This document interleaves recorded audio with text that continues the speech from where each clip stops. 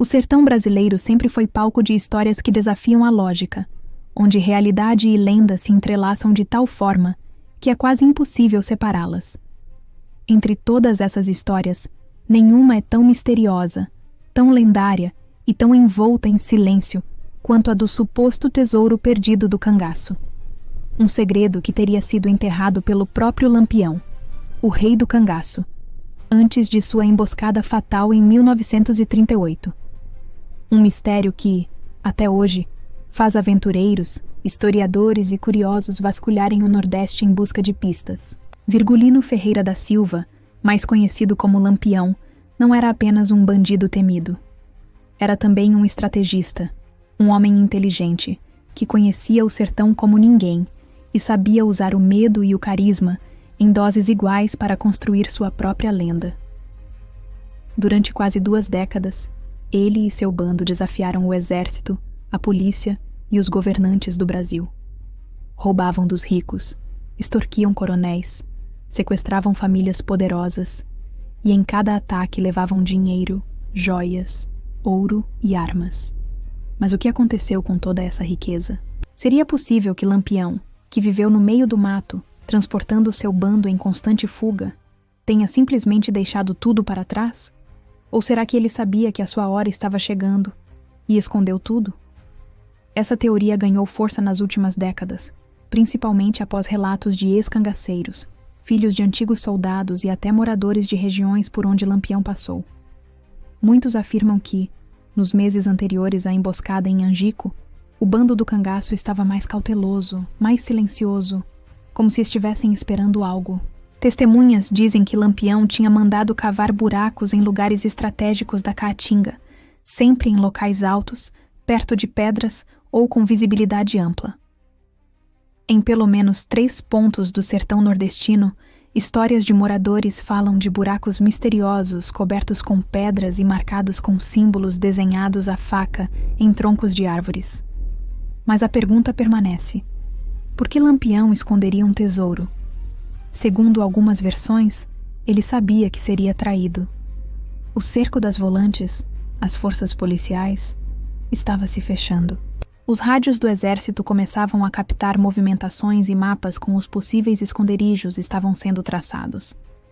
O governo de Getúlio Vargas queria encerrar a Era do Cangaço, de forma simbólica e definitiva. A cabeça de Lampião tinha um preço, e era apenas questão de tempo. Mas Lampião nunca foi ingênuo. Dizem que ele recebeu um aviso de um padre, aliado secreto, que o alertou sobre a emboscada que se armava. Acreditando que não teria como escapar, ele teria tomado a decisão de esconder parte do saque acumulado durante anos. Joias, moedas de ouro, peças raras, tudo embrulhado em couro, enterrado em pontos onde só ele e mais 2 de sua confiança sabiam. Um deles, Antônio Moreno, teria morrido poucos meses depois da morte de Lampião, em circunstâncias suspeitas. O outro, Zé Sereno, desapareceu misteriosamente em 1942. Há também o relato de um ex-soldado da Volante que combateu Lampião e, anos depois, teria confidenciado em carta a um amigo que encontrou um mapa rudimentar, preso à sola de uma sandália abandonada após o massacre em Angico. O mapa indicava pontos geográficos com nomes de origem indígena e a marcação de 3, X, com a inscrição guardado, esperar 30 verões.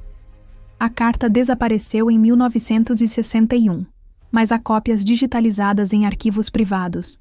Em 1984, um grupo de pesquisadores da Universidade Federal do Rio Grande do Norte realizou escavações não oficiais em uma área do Sertão de Floresta, em Pernambuco.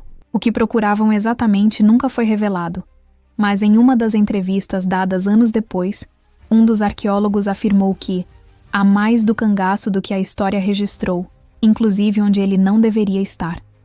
Testemunhas locais dizem que viram helicópteros e caminhões com material de escavação sendo retirados de madrugada. O local foi lacrado por meses e até hoje permanece como área de proteção ambiental, oficialmente por causa da fauna rara. Mas muitos acreditam que foi por outro motivo. Outro ponto que alimenta a teoria é o padrão incomum de violência nas ações finais do bando. Nos últimos meses de vida, Lampião teria reduzido os ataques, se concentrando mais em deslocamentos silenciosos e rápidos. É como se ele estivesse tentando despistar as volantes para proteger algo, ou talvez despistar aliados que poderiam traí-lo. O fato de que os corpos dos cangaceiros mortos foram encontrados com quase nenhum pertence de valor levanta ainda mais suspeitas. Onde estavam os anéis, as pulseiras, os crucifixos de ouro que eles usavam com orgulho nas fotografias? A resposta mais comum entre os que acreditam no tesouro é direta: tudo foi enterrado antes. E há um detalhe inquietante. Durante as fotografias feitas após a emboscada, um dos soldados aparece segurando um pequeno saco de couro com símbolos desenhados. Esse saco nunca foi registrado como parte dos bens apreendidos. Historiadores que estudaram a imagem dizem que ele poderia conter algo importante. Talvez moedas antigas, talvez um mapa. Mas o item nunca foi entregue à polícia. Nas décadas seguintes, aventureiros de todos os tipos passaram a explorar o sertão nordestino em busca do tesouro perdido. Alguns usando mapas antigos, outros guiados apenas por lendas orais de moradores antigos. Em 2002, um fazendeiro da região de Canindé, no Ceará, afirmou ter encontrado fragmentos de moedas de ouro enterradas a quase 2 metros de profundidade, perto de uma pedra com inscrições em forma de cruz. O local foi cercado por dias, até que o governo estadual apareceu e interditou tudo, alegando risco arqueológico. O que foi encontrado lá, ninguém sabe. Para alguns pesquisadores alternativos, o tesouro de Lampião pode conter mais do que ouro. Pode haver registros escritos, armas antigas de origem estrangeira, ou até artefatos roubados de igrejas coloniais que comprovam alianças secretas do cangaço com figuras políticas e religiosas da época. A teoria mais ousada afirma que Lampião tinha em seu poder documentos que incriminavam autoridades do governo federal, e que ele mantinha isso escondido como moeda de troca, caso fosse capturado. Outros dizem que o verdadeiro tesouro do cangaço não é físico, mas simbólico, que ele representa uma linha de conhecimento perdida, uma rede subterrânea de informações que unia comunidades marginalizadas do sertão e que foi apagada pela história oficial. Nesse sentido, o tesouro seria mais uma metáfora de resistência do que uma fortuna enterrada.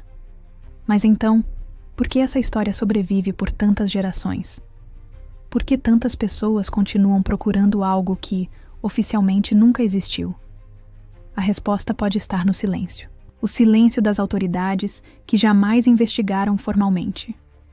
O silêncio das famílias dos cangaceiros que, ao longo das décadas, evitaram tocar no assunto. O silêncio dos arquivos militares que, segundo consta, ainda possuem documentos sobre operações de busca no sertão durante os anos 40 e 50. Todos classificados como sigilosos. É também curioso que o local da morte de Lampião, Angico, nunca tenha sido completamente escavado com tecnologia moderna. Há um receio, um mistério pairando sobre aquela área, como se em algum ponto do passado, algo muito maior tivesse sido enterrado. Não apenas um tesouro, mas uma história que não deveria ser contada.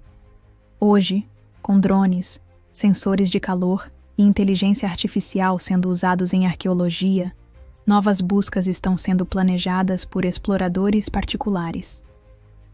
Grupos no YouTube e fóruns especializados seguem mapeando registros históricos, cruzando documentos e até traduzindo símbolos encontrados em pedras do sertão que podem indicar o caminho até o tesouro perdido.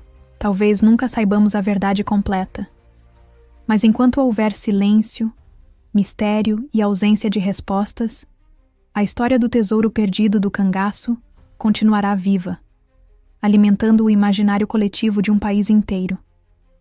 E talvez, em algum lugar entre as pedras do sertão, sob um sol escaldante e o canto de uma ave solitária, esteja esperando por alguém que finalmente descubra o que Lampião quis esconder do mundo.